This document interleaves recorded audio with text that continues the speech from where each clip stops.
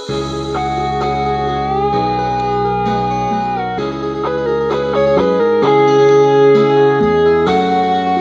าฟังน้ำกันเด้อพี่น้องเด้อกะเห็นกันคักกะดักกะดอเป็นบ้าแล้วบ่สัมพอเป็นบ่คือเก่านั่งไกลกับพี่นอนคิด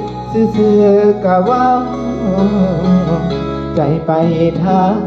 เขาเศร้าหักกันแล้วแม่นบอกกะพูอยู่ดอกเบิ่งออกแต่บอกกล้าถามเห็นเขามาตาม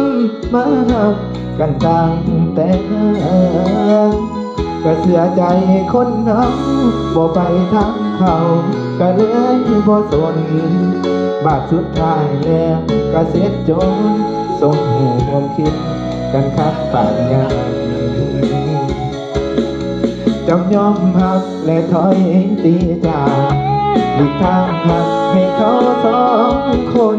แต่เวลาผ่านไปได้บ่โดนเจ้ากลับเป็นคนที่หลั่งน้ำตาญาติของกูไปบ่เห็นว่าสู้สิได้กันบ่เห็นว่าสู้สิได้มันจะงานกันสมทิ้งกูไปบ่เห็นว่าสิโดนบ่เห็นว่าสู้สิหากันจนตายสมหน้าโอ้ยผู้สาใจ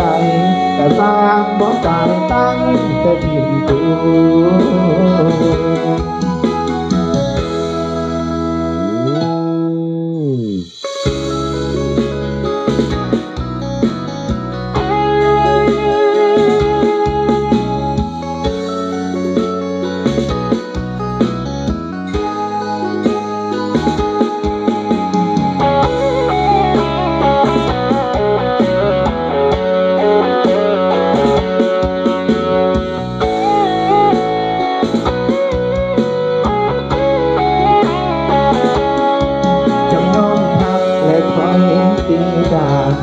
หลีกทางหักให้เขาสองคนแต่เวลาผ่านไปได้บ่โดนเจ้ากลับเป็นคนที่หลั่งน้ำตาญาติของกูไปบ่เห็นว่าสู้สิได้กันบ่เห็นว่าสู้สิได้มันแต่งานกันสมทิ้งกูไปบ่เห็นว่าสิโดนบ่เห็นว่าสู้สิหากันจนตายสมน้ำหน้าโอ้ยกูสาใจแต่สร้างบ่ตายตั้งแต่ทิ้งกูญาติของกูไปบ่เห็นว่าสู้สิได้กันบ่เห็นว่าสู้สิได้มันแต่งงานกันสมทิ้งกูไปบ่เห็นว่าสิโดนบ่เห็นว่าสู้สิหากันจนตายสมน้ำหน้าโอ้ยกูสาใจแต่สร้างบ่ตายตั้งแต่ทิ้งกูสมน้ำหน้าโอ้ยกูสาใจแต่สร้างบ่ตายตั้ง